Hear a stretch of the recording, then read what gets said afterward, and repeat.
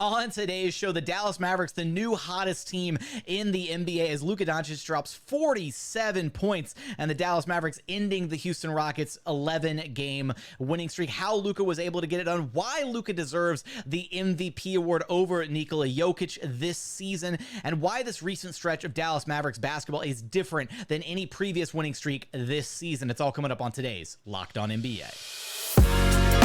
You are Locked On NBA, your daily NBA podcast.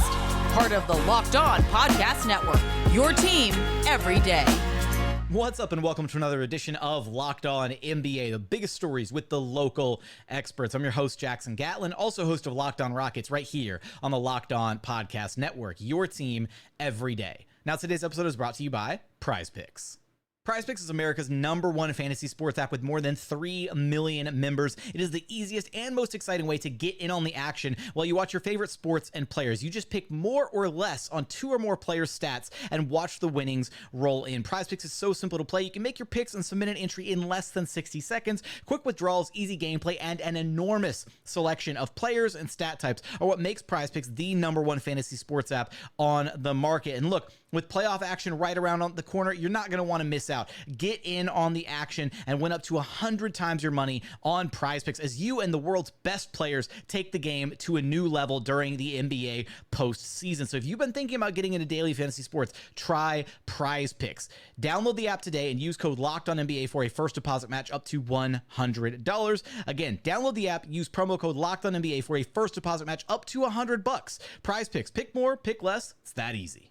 Joining us now is the host of Locked On Mavericks, Nick Angstadt. You can track down wherever you listen to your podcasts, and on YouTube, just search Locked On Mavs. And Nick, the Mavericks wrestling away the title of NBA's hottest team from the Houston Rockets. Pain. You can check out Locked On Rockets for all my thoughts on that loss.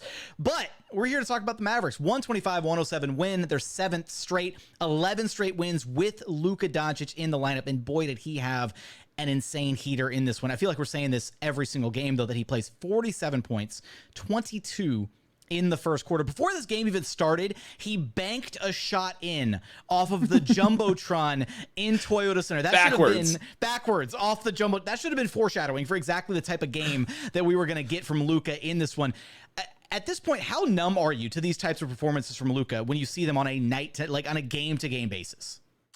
First of all, Jackson, I would just like to say that as the host of Locked On Rockets, this is a brave thing you're doing right now. Just put that out there. He deserves credit. At this point, Luka does 1 or 2 or 3 insane things every game where you just go, oh my gosh. And you get kind of used to it. You get numb to it in a way where he's like, I've seen that pass before. I've seen the Luka jumps cross-court, one-handed pass around 3 defenders to an wide open Dante Exum for a 3. I've seen that 100 times at this point this season. I mean, you just get used to it. Now, wait, I don't watch Luka every game. Have we seen the underhanded scoop shot from 22 feet away from the basket? Because that looked like a shot straight out of a game of horse. That one we have not seen, but he had a game winner against the Grizzlies a couple years ago where he was leaning forward and he like leaned under a defender. I think it was Dylan Brooks. He just adding insult to injury. Thanks for rubbing more salt in the wound. Luka loves playing against Dylan Brooks. I'll put it that way. And he cooks him a lot of the time. But he had a shot like that. It was on the opposite side of the court, and it wasn't really a scoop. It was more of just like a one-handed like floater from about 17, 18 feet. But it's on the opposite side. But we've never seen stuff like this. And he's shooting, when he shoots the ball well, when he hits his threes, 9 of 16 in this game, like he just cannot be beat, because then all of a sudden you have to sell out for his threes. And he's not, everybody said it, he's not the fastest guy. But if you sell out for his threes and try to contest those, because you got to put some kind of hand in his face, he can't just be allowed to hit like unguarded catch and shoot threes or unguarded pull up threes. So you sell out and then he gets by you, and now he has you on his hip. And now he's basically got you in his back pocket, right? He might as well be carrying you around in his back pocket when you're back there, because he's got every option in front of him, and every offensive option in front of Luka, it like just changes everything for this Mavs team. A career high tying 9 threes for Luka in this game. Yeah. And again, very little resistance, unfortunately, from the Rockets. It felt like they were just going to let him cook, let him play well. I thought they were good. I thought they were good contests on a lot of his threes that he took in this game. Like the hands were getting up there. Like there's not much more you could do with a step back like that. Hat tip to Luka for just being the better offensive player in this one. Maybe a little bit of an assist from Ime Udoka and the Rockets' defensive game plan. But when you look at the insane tear that the Mavericks are on, Nick, when you look at just what Luka has done, his body of work this season, what's your argument for him to win MVP over Jokic at this point? Can it Who's be the done? Who's the most? I don't think he's going to win it. I really want him to. He's up to, I think, plus 500 on FanDuel, and Jokic is still like minus, I think, to get there. Minus 700. Luka's plus 500. That's moved since this game. SGA moved down to plus 2,500. So it's just Luka and Jokic at this point, according to FanDuel. But I think, having talked to some people that vote and all that, they're like, it's Jokic. But I think that Luka is the most valuable to his team. You look at what Luka brings to his team. You look at what, this team has gone through this season. Kyrie Irving missing 22 games, more than 22 games this season. And look at the rest of this team so far. Luka has brought more to the table and brings, I think, this team would be so sunk without Luka a lot of the time. If you want to just go with more valuable and go with what the actual essence of the award was supposed to be. And then if you go through all the other things too, you're like, wow, the Mavs just don't have enough wins. They have 6 less wins than the Nuggets right now. Or 7 less wins than the Nuggets right now. That's a good amount, but it's not a ton. They're, it's not a 6.5 discrepancy, right? It's not that anymore. The Mavs are up to 5th in the West now. So you can't just be like, oh, standings, there's so much. When the Mavs were in 8th or 9th and they had, there's a big gap between those two teams, then you can kind of make that argument that, oh, well, team success and all that. But the gap is not as wide anymore.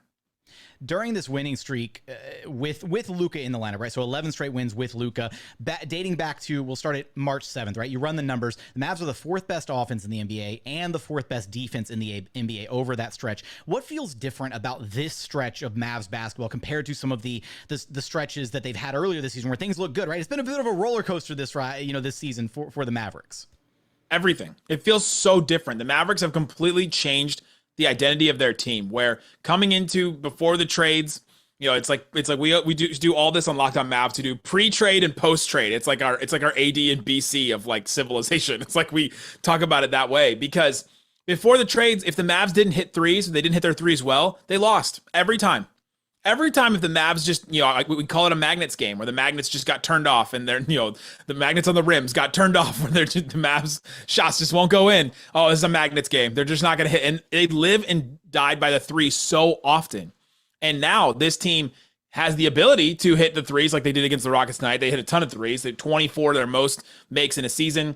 Their most makes this season, 51% from three, their 3rd highest this season. When they hit their threes, they win their games, but then they also can win games like they did against Denver the other day, where they shot like 26% from three and still ended up finding a way to win the game, because they can score in the post now with the bigs and Gafford and Lively. They can, kick out to the 3-point shooters, but then they also have some guys that can drive in Exum and PJ Washington and Derek Jones Jr. And obviously Luka and Kyrie can just turn it on whenever they need to at a certain point, and they defend. They play defense.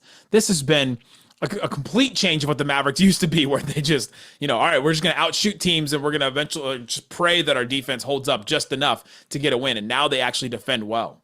One of those better defenders, one of, I think, the better NBA comeback stories of late, Dante Exum. Just how important has he been to this Mavs team, and what's it been like kind of seeing his resurgence and making a name for himself in the NBA landscape again?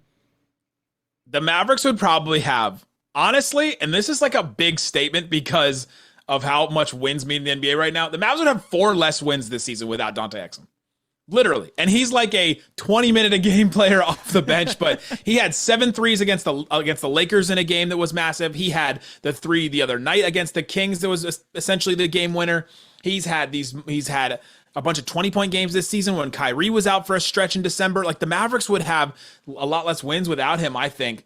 He's been so good. His ability to, when he came into the league, he was just this athletic guy that was dealing with injuries and didn't shoot the ball well at all. And you kind of could just stand back from him. You didn't really have to close out on his shot at all. And he goes over to the EuroLeague and he becomes a really good 40% from three shooter over there. Comes back to the Mavericks, and now he's shooting 50% from three, hit all 3 of the attempts he did today. Hit the game winner basically against the Kings the other night. And like, he's been awesome for them as a 3rd ball handler, as a point of attack defender, and then as this corner 3-point shooter that everybody's behind and really excited about. Can the Mavs carry their hot streak into the NBA postseason? Will Luka Doncic be able to walk away with his first MVP award, or is it just dead to rights going to Nikola Jokic? You're going to have us covered for all of that and so much more over at Locked On Mavs. Nick, thanks for stopping by Locked On NBA with me. Anytime, Jackson.